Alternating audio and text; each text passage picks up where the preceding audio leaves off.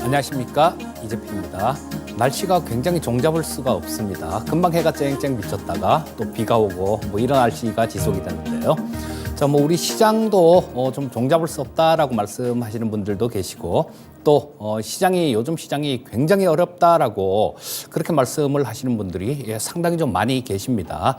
자, 근데 과연 이게 좀 시장의 난이도가 있는 건 사실이에요. 하지만 기본에 충실했다라면 올라간 종목들을 급등했을 때 쫓아가지 않고 실적되는 종목들이나 미래 성장성 있는 종목들을 저점에서 매수하신 분들 같은 경우는 결코 어려운 시장이 아니었을 것 같습니다. 자, 뭐 오늘도 하나하나 또 다 좀 뜯어보면서 전략까지 만들어 드리는 시간 갖도록 할 텐데요. 자, 일단 뭐 오늘 시장 지수를 살펴보면 코스피 시장은 0.85% 정도 하락해서 2,580포인트로 마감이 됐고요. 코스닥 시장은 좀 많이 빠졌죠. 아무래도 2차 전지 섹터 쪽 이런 쪽이 급락을 하다 보니까 뭐 지수 자체는 2.2% 정도 하락해서 98포인트로 900포인트를 깨는 모습으로 마감됐습니다. 자, 뭐 이 부분 좀 복귀를 하기 전에 뭐 향후에 지금 이번 주에 있을 중요한 이벤트 관련해서 좀 말씀을 드릴 텐데요. 자, 이번 주에 가장 중요한 이벤트는 미국의 CPI가 발표될 겁니다. 자, 그거 한번 살펴보겠습니다. 자, 지금 요게 미국의 CPI, 요게 CPI고요. 요게 PC입니다. 자, 요거는 저 노동부에서 발표하는 거, 요거는 상무부에서 발표하는 거, 요거는 월 초중반, 요거는 월 말에 발표를 합니다. 자, 근데 지금 이 CPI에 대해서 약간 좀 걱정이 약간 좀 있는 것 같습니다. 그 이유는 이런 거예요. 자, 제가 저 월별로 쭉 이렇게 정리를 해놨는데요. 자, 여기서 8.6 이전에는 낮았습니다. 근데 2022년 6월에 9.1%로 이때가 고점이었어요. 이때 꼭지 찍고 그다음에 뭐 8.5, 8.3, 8.2, 7.7 이렇게 뚝뚝 떨어지는 모습이 나오는데요.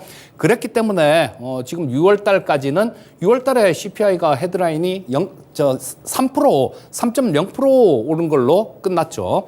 자, 그래서 이 부분에 대해서 약간 좀 걱정이 있는 겁니다. 자, 이제는 기저효과가 크지가 않고 시간이 지나면 지날수록 기저효과가 작아진다라는 거. 이 부분 때문에 요번에는 저 CPI 예상치를 보면 한 3.3% 정도 상승할 걸로 그렇게 예상치가 나오고 있는데요. 자, 그러면 3%에서 3.3%로 올라가는 거니까 야, 이거 물가 안 잡히는 거 아니야? 그렇게 되면 연준에서는 또 금리를 더 인상하는 거 아니야? 이런 우려감들, 요런 게 좀 증가하고 있는 그런 모습입니다. 자, 요거라도 좀 떨어져 주면 좋은데요. 근원 물가라도 좀 떨어져 주면 좋은데, 뭐 이 근원 물가 같은 경우는 원래 좀 끈적끈적합니다. 잘 안 떨어지는 게 이쪽의 특성인데, 일단 뭐 요거는 한 4.7% 정도 나오고 있어요. 그리고 월별 물가 같은 경우는 뭐 0.2%로 예상치는 지금 동일합니다. 그래서, 지금 이 3.3% 그리고 요번 달 CPI가 조금 높을 거다라는 근거 중에 하나는 이 기저효과라는 거 이런 부분들도 있고요. 또 한 가지는 이런 부분들이 있죠. 상품 차트를 한번 보면요. 유가 차트를 제가 좀 띄워놨습니다. 자, 보시면 이게 WTI예요. 자, WTI인데 6월 달에 보시면 여기 이렇게 낮은 그런 유가를 기록하고 있죠. 뭐 70불이 여기니까 70불 아래에 있을 때도 많았고요. 또 뭐 70불 위로 올라가 봤자 뭐 75불 아래에서 계속 형성돼 있었습니다. 자, 하지만 7월 달 물가는 여기 70달러 이상에서 시작해서 계속 이렇게 올라가는 모습이 나오고 있어요.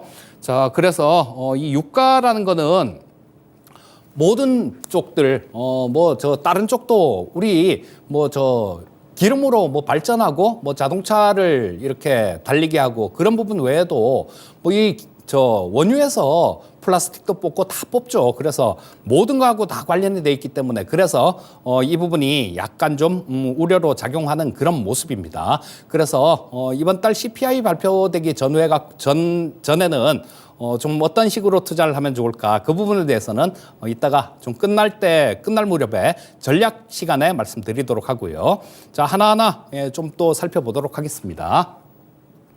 자, 오늘 보시게 되면 오늘도 마찬가지로 하락 종목 수가 상승 종목보다 월등히 많은 모습이었습니다. 근데 특이한 거는 상한가가 12개나 나왔어요. 자, 이 12개는 거의 다 초전도체 관련되는 그런 쪽이었죠. 이런 쪽이 급등을 했고, 나머지 쪽 섹터들 같은 경우는 뭐 일부 섹터들만 좋은 모습이었고 별로 안 좋았었습니다.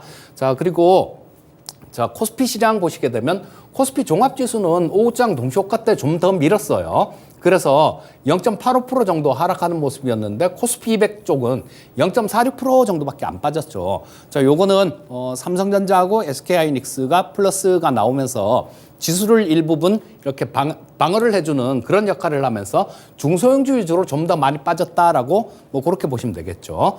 자, 코스닥 시장은 반대의 모습이 나왔습니다. 자, 코스닥 종합지수가 2.2% 정도 하락했죠. 근데 코스닥 150 지수는 3.8% 하락했습니다. 자, 뭐 시가총액 상위 종목들이 줄줄이 오늘 급락하는 모습이 나왔고요. 에코프로나 에코프로 비행 같은 종목들, 뭐 이런 것들 급락이 대형주 쪽으로 하락 압력으로 작용하면서 지수를 끌어내리는 모습이었습니다. 자, 뭐 옵션 시장은 좀 이따가 이 파생 시장은 좀 이따 보기로 하고요. 자, 오늘 뭐 아시아 시장은 전부 다 조금 자기 팔 자기가 흔들었다라고 표현을 하죠. 뭐 저 중국 같은 경우는 좀 마이너스가 났고요. 대만 시장의 경우는 또 0.9% 정도 상승했습니다. 자, 그래서 대만 시장에 또 조금 영향을 받아서 우리나라 코스피 시장 같은 경우는 뭐 삼성전자, SK하이닉스 이런 쪽으로 괜찮았고, 그다음에 뭐 나머지 쪽들 뭐 이런 쪽은 상당히 좀 안 좋은 모습이 나왔죠. 자, 원달러 환율은 지금 1,300원을 돌파를 하긴 했는데요. 위쪽으로 상향 돌파했지만 오늘 뭐 3원 60조 원 정도 떨어지면서 뭐 시장에 뭐 그렇게 큰 특별한 그런 영향을 주거나 그러지는 않았습니다.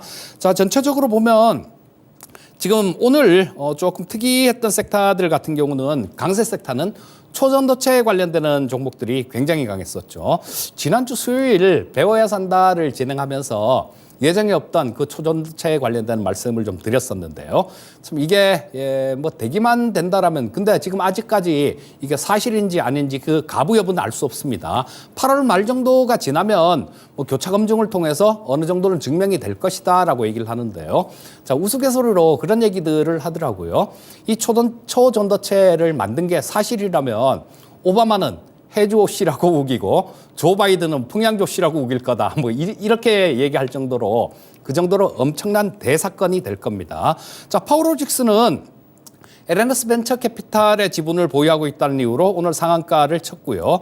그리고 뭐 국일신동 같은 종목도 오늘 상한가를 쳤는데 요거는 저 황동봉을 만드는 기업입니다. 근데 이 황동봉 같은 경우는 지금 저 황동으로 이 좀 봉 모양으로 그렇게 만든 거죠. 자, 요런 것들 같은 경우는 지금 황동봉은 공급과잉 상태예요. 그러니까 뭐 이런 쪽으로 좀 접근을 하시려면 좀 짧은 관점, 트레이딩 관점 그 정도로만 접근을 하시면 좋겠다라고 말씀드릴 수 있겠고요. 자, 전체적으로 시장 한번 살펴보도록 하겠습니다. 자, 코스피 시장 10분봉인데요. 자, 뭐 코스피 시장은 오전에는 그래도 반등 시도를 좀 했습니다. 자, 하락 출발하고 난 다음에 양손 뽑으면서 좀 올라왔다가 밀렸다가 여기서 장중 한때 이때 11시 구간대 플러스도 나기도 났어요. 그랬다가 뭐 오후장에 좀 이렇게 밀리면서 뭐 동시효과 때 또 이렇게 확 밀어놓고 마감하는 모습이 나왔는데요. 자, 그나마 이 코스피 시장 같은 경우는 22포인트가 빠졌지만 뭐 그래도 전체 시장들 움직이는 부분들 뭐 이런 거를 살펴보게 되면 저 때까지만 해도 좀 보합권 막 이렇게 있었으니까요. 상대적으로 견조한 모습이었다. 이렇게 보시면 될 것 같고요. 자, 지금 이 코스피 지수가 일봉을 보게 되면 242평선을 좀 이탈했습니다. 종가에 아까 10분봉에서 이렇게 확 밀어놓은 거 있었죠. 자, 그 부분 때문에 242평선을 하향 이탈했는데요. 지금 보시게 되면 20선, 60선 이런 형태로 우상향하고 있는 모습이 나오고 있죠. 자, 그렇기 때문에 요게 원래 올라가고 있는 이동평균선 같은 경우는 지지선 역할을 하고요. 또 일시적으로 이걸 붕괴를 시켰을 경우에는 한번 이렇게 주가가 붕괴를 시켰을 경우에는 한번 반등이 나와서 회복하는 움직임이 나오는 경우가 대부분입니다. 자, 그렇기 때문에 일단 좀 크게 봐서는 62평선을 이탈을 했지만요. 추가 하락 시에는 반등 가능성이 높다라고, 반등 시도 가능성이 높다라고 해석을 하시면 될 것 같고요. 수급 한번 살펴보겠습니다. 자, 코스피 시장 보시게 되면 외국인들 팔다가 매수 전환했죠. 자, 지난주 금요일까지 팔다가 오늘 2,820억 정도 매수를 했는데요. 오늘 종가 무렵에 매수가 좀 많이 들어왔어요. 이거에 뭐 한 1,000억 조금 넘게 있었는데 오늘 종가 무렵에 한 2,820억 정도 매수가 들어왔는데 규모는 뭐 그렇게 크거나 뭐 그렇지는 않은 모습이 나왔습니다. 그래서 코스피 시장 정리해서 좀 말씀을 드리면요. 자, 추가 하락 시에는 반등 시도 가능성이 높다. 하지만 뭐 전에처럼 상승 추세로 바로 이렇게 복귀하기는 어려울 것이다. 요 정도로 일단 코스피 시장은 해석을 하시면 될 것 같습니다. 자, 코스닥 시장 한번 보겠습니다.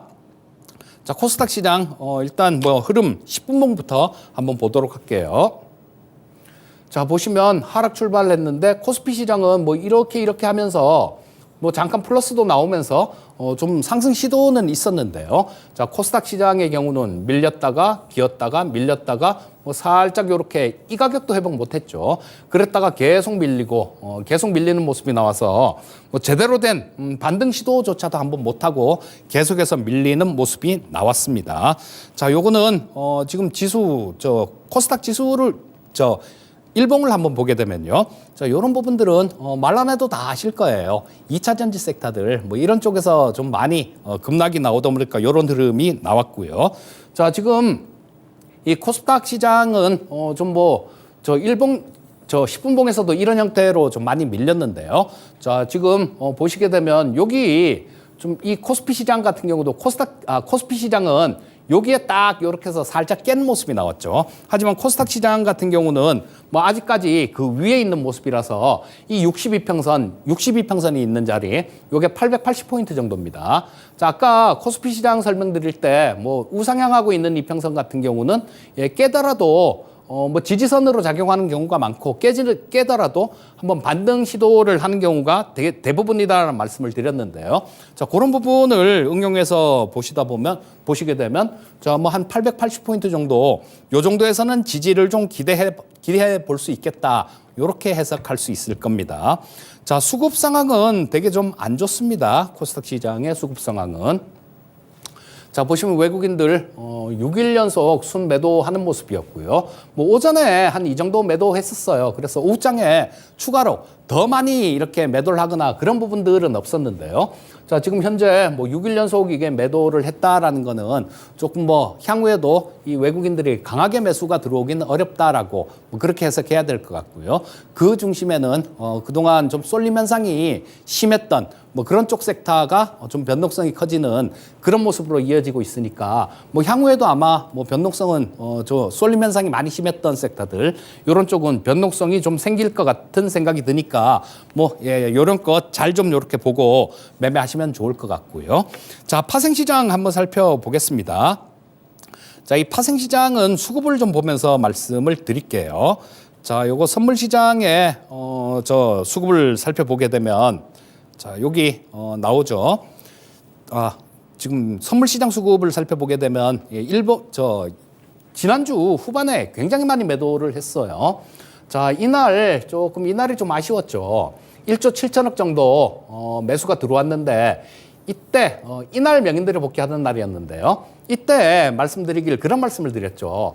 외국인 매수 플러스 미결제 확정 증가.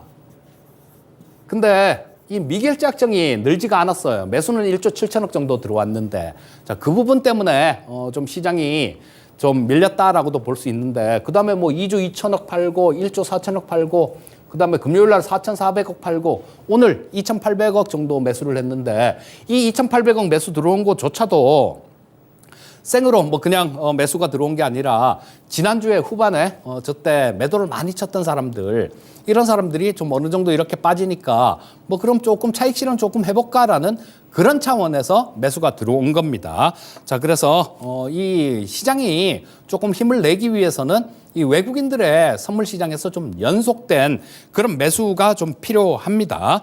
자, 뭐 그런데 이 선물 시장도 마찬가지로 좀 추가로 이렇게 좀 하락을 하게 되면 뭐 아까 이평선 말씀드린 거 그건 파생 시장이나 현물 시장이나 같이 적용을 하시면 돼요. 자, 일시적으로 깨더라도 한 번쯤은 회복하는 모습이 나오니까 뭐 추가 하락 시에는 기술적 반등 가능성이 존재한다.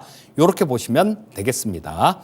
자, 이게 옵션 시장이 조금 좀 지금 지난주에 말씀드리기를 외국인들 콜 매수 포지션이 필요하다라는 말씀을 드렸는데요. 자, 그때 보시게 되면 이때였었죠. 자, 근데 이때 도로 콜 매도가 이렇게 많이 나오고 지금 여기서 콜 매도가 이렇게 나왔죠. 자, 이 콜 매도 포지션을 지난주 목요일부터 약간은 줄입니다. 얘네들 외국인들. 자, 23억 정도 매수하고 27억 정도 또 오늘 매수를 했는데요. 자, 요게 요 부분 외에도 풋 쪽은 좀 푼 매도를 좀 하고 있어요. 근데 그 전에 지난주까지만 하더라도 풋옵션 쪽에 이 포지션은 거의 없었어요. 근데 지금 뭐 지난주 후반 이렇게 접어들면서 풋 매도도 외국인들이 좀 쳤습니다. 그렇게 되니까 지금 현재 뭐 콜 매도가 한 200억대, 풋 매도가 100억 좀 넘은 그 정도 수준이에요. 자, 그렇다면 지난주보다는 옵션 시장의 포지션은 다행히도 뭐 조금은 어느 정도는 나아진 그런 모습이다라고 볼 수 있을 것 같고요. 자, 뭐 이 부분이 아마 키포인트가 되지 않을까 싶은데요. 이번 주 시장을 보는 키포인트가 되지 않을까 싶은데, 자, 내일도 외국인들 오늘 같은 포지션이죠. 콜 매수 풋 매도 포지션 이 부분이 좀 이어가진다라면 좀 어느 정도 좋은 뭐 그런 모습을 기대해도 되겠다. 이렇게 말씀드릴 수 있겠습니다. 자, 일단 뭐 전체적으로 한번 살펴봤고요. 다음은 특징 섹터에 대해서 좀 살펴보도록 하겠습니다. 자, 뭐 오늘 특징 섹터는 저 2차 전지 쪽 같은 경우는 좀 당분간 좀 변동성이 있을 것 같고요. 그 정도로 하기로 하고, 자, 로봇 섹터를 또 봅니다. 자, 이 로봇 섹터를 요게 레인보우 로보틱스인데요. 그랬었죠. 이때 명인들의 복귀에서 로봇 섹터 크게 갑니다. 탑픽은 제일 좋은 건 레인보우 로보틱스예요. 이런 말씀을 드렸고, 이때는 야인 시대에서 추천을 드렸었고, 지난주에도 또 뭐 좀 올랐지만 아직도 좋습니다. 이런 얘기를 말씀드렸는데요. 자, 이 로봇 섹터 같은 경우는 한번 우리 생각을 해보면요. 지금 가장 큰 문제가 뭡니까? 인건비가 인건비가 올라가잖아요. 그 인건비가 없는 이유는 노동력이 부족하기 때문에 인건비가 올라가는 거죠. 자, 이 노동력 부족은 전 세계적으로 고령화 현상은 전 세계적으로 진행되고 있는 그런 현상입니다. 앞으로 의학이 발달되니까 이 고령화 현상은 훨씬 더 많이 나타나게 될 수 있는 그런 현상이에요. 자, 그리고 이걸로 인해서 인건비 상승, 인건비는 우리 한번 올라가면 떨어지지 않지 않습니까? 그 떨어지면 큰일 나죠. 폭동 나죠. 자, 그래서 인건비 상승은 지속해서 계속될 문제다라고 보시면 될 것 같고요. 자, AI나 로봇 쪽, 안타깝게도 AI나 로봇 쪽, 이런 쪽이 빠른 속도로 이 인간의 일자리를 대체할 걸로 전망되고 있습니다. 지난주에 배워야 산다에서 굉장히 좀 중요한 그런 부분들을 말씀드렸었는데요. 뭐 시대의 변화에 대한 걸 말씀드렸었죠. 이 시대의 변화에 순응해야 됩니다. 순응하고 거기에 맞춰서 나도 뭐 일상생활도 하고 투자도 해야 되는 거지. 시대의 변화에 반해갖고 하게 되면 영국 사례를 좀 말씀드렸었죠. 자, 그 부분 좀 참고하시면 이 로봇 섹터가 향후에 엄청나게 커갈 섹터다라는 거, 이 부분은 인정하고 들어가셔야 돼요. 그리고 지금까지 로봇이 그리고 이 로봇 섹터 같은 경우는 내일 모레 배워야 산다를 할 때 그때 AI하고 로봇 섹터를 좀 자세하게 다뤄드릴 테니까요. 그 부분 아마 좋은 공부가 되실 겁니다. 자, 로봇 섹터 중에 가장 먼저 이 개화될 부분들 같은 경우는 지금 산업용 로봇 같은 경우는 어느 정도 지금 많이 성장한 그런 섹터가 됐죠, 지금. 뭐 공장에 이 산업용 로봇들 같은 경우는 꽤 많습니다. 자, 근데 협동 로봇 쪽, 그리고 서비스 로봇 쪽, 자, 이런 쪽은 지금 이제 막 열리는 단계입니다. 그래서 협동 로봇이나 서비스 로봇 쪽으로 급격한 성장이 전망되는 그런 섹터다라고 보시면 될 거고요. 자, 우리 로봇 주위에 좀 많이 보셨나요? 거의 못 보셨잖아요. 제가 뭐 한 2, 3년 전에, 몇 년 전에 이 전기차 섹터를 얘기할 때 그런 얘기를 했습니다. 주변에 전기차 없지 않습니까? 돌아다니다가 전기차가 좀 자주 이렇게 눈에 띄면 그때 전기차 섹터는 팔 때입니다. 그때 파시면 돼요. 이런 말씀을 드렸는데요. 지금 로봇 뭐 그렇게 보신 분 계신가요? 똑같은 얘기 말씀드립니다. 로봇 시장은 이제 막 개화한 성장 섹터입니다. 그래서 이런 쪽 같은 경우는 시대 변화에 부응하는 그런 쪽이기 때문에 뭐 좀 이렇게 조정받는 구간에 좀 매수를 해서 긴 관점으로 매수를 해놓으면 어떤 섹터보다 큰 뭐 그런 수익을 얻을 수 있을 거고요. 자, 지금 이 레인보우 로보틱스 같은 경우는 뭐 여러 가지 제가 두산 로보틱스보다 이 레인보우 로보틱스를 훨씬 좋게 보는 이유는 그런 거예요. 두산 로보틱스는 거의 협동 로봇입니다. 거의 협동 로봇 한쪽이지만 이 레인보우 로보틱스 같은 경우는 이족 보행 로봇. 이족 보행은 뭐 아직까지 그렇게 많이 다가오진 않을 겁니다. 사족 보행 로봇, 그리고 천문 마운트 이런 부분들인데요. 지난주에 이게 급등했던 이유는 삼성에서 이족 보행 로봇을 개발하겠다 이런 얘기를 했어요. 자, 이족 보행 로봇이라 그러면 레인보우 로보틱스가 제일 잘 만들어요, 우리나라에서. 그리고 전 세계에서도 2017년도에 로봇 챌린지가 있었는데요. 거기서 MIT 공대 그리고 현대차가 인수한 보스턴 다이내믹스 이런 데서 내노라 하는 그런 기관에서 전부 다 대회 참여했는데 레인보우 로보틱스가 우승했습니다. 우승했고, 그리고 올해도 사족 보행 로봇 챌린지가 있었죠. 근데 이것도 카이스트 학생들이요. 카이스트 학생들이 우승했어요, 우리나라가. 뭐 장애물 이렇게 있는 거, 뭐 그런 부분들 다 돌파하고 미션을 수행하는 거 1등 했습니다. 자, 이 레인보우 로보틱스는 카이스트 교수님이 만든 그런 기업이죠. 자, 그래서 로봇 관련 섹터들 중에는 가장 우수한 기술력을 갖고 있는 게 바로 이 레인보우 로보틱스입니다. 그리고 좀 더 강하게 얘기하면요. 지난주에 배워야 산다에서 말씀드렸었는데 시대 변화에 맞는 종목들이 뭐 기본 10배는 올라가지 않습니까? 근데 그 로봇 쪽에 가장 강한 기술력을 가진 이 레인보우 로보틱스가 여기가 끝이라고요? 말도 안 되는 소리입니다. 자, 그러니까 뭐 지금 조정은 있으니까 뭐 쫓아가면서 매매를 하실 이유는 없어요. 쫓아가시면서 매매를 하진 않아도 되겠지만, 자, 뭐 조정받는 구간, 그런 구간, 또 제가 딱 맞춰서 추천도 드렸지 않습니까? 뭐 그런 구간, 조정받는 구간 노리시면 좋을 것 같고요. 자, 다음은 오늘 상한가 친 종목이 하나 있었죠. 유진 로봇인데, 이 유진 로봇의 경우는 2006년도부터 뭐 청소 로봇들, 뭐 그다음 지능형 로봇 이런 것들을 판매하던 그런 기업이었습니다. 옛날에는 2000년대 2008년 9년 막 이때 로봇 관련주 매매를 하려면 이거밖에 없었어요. 유진 로봇밖에 없었는데, 자, 지금 뭐 오늘 뉴스가 한 가지가 나왔죠. LG U+하고 손잡고 로봇 물류 시장에 진출을 한다라는 그런 소식이 나오면서 오늘 상한가를 쳤는데요. 자, 이 유진 로봇 같은 경우는 실적이 그렇게 썩 마음에 들지가 않습니다. 실적이 계속 증가해 줘야 되는데 들쭉날쭉하고 때로는 적자도 나고 그런 부분들이 있기 때문에요. 자, 뭐 추격 매수보다는 좀 조정받을 때 그때 차트 좀 이렇게 어느 정도만 보시면 이 유진 로봇 같은 경우는 좀 트레이딩 관점으로 그렇게 접근을 하시면 좋겠다라고 말씀드릴 수 있겠고요. 자, 어느새 또 마무리를 해야 될 시간이 다가오네요. 자, 목요일 아까 처음에 시작할 때 CPI를 좀 살펴봤었죠. 자, 목요일에 CPI 발표는 좀 높게 나올 가능성이 많기 때문에 시장에 좀 부담을 줄 가능성도 있다라는 생각입니다. 그리고 또 지나침 쏠림 현상으로 움직였던 종목들이요. 그런 쪽은 좀 변동성이 계속해서 좀 증가될 가능성도 있다. 뭐 이렇게 보시면 될 거고요. 자, 그리고 계속 좀 드리는 얘기입니다. 실적 호전되는 섹터들 그런 종목들을 갖고 있다 보면 뭐 좋은 일도 생깁니다. 제가 전에 좀 추천드렸던 한양ENG라는 종목 있죠. 이 한양ENG 같은 경우는 그때 15,000원에 추천드렸었는데 지금 25,000원 갔다 왔습니다. 요거는 초전도체에 관련되는 뭐 그런 부분으로 엮이다 보니까 갑자기 급등이 나왔는데 뭐 그렇지 않아도 시간이 좀 이렇게 시간을 투자했다라면 그 정도까지는 갔을 거예요. 뭐 급하게 좀 움직이는 그런 부분들은 있지만요. 실적이 호전되는 부분들, 종목들 이런 것들 계속 모아가시면 상당히 좋은 그런 결과를 볼 수 있을 것 같습니다. 그리고 CPI 발표되기 전 뭐 그때 분위기 조금 봐서 이런 것들 신용평가에서들 있죠. 만약에 연준에서 금리를 이렇게 좀 더 올릴 수 있는 그런 분위기가 된다라면 뭐 고려 신용정보 같은 종목들 뭐 이런 것들 지금 그렇게 크게 오르지 않았죠. 자, 뭐 한번 볼까요? 고려 신용정보를 마지막으로.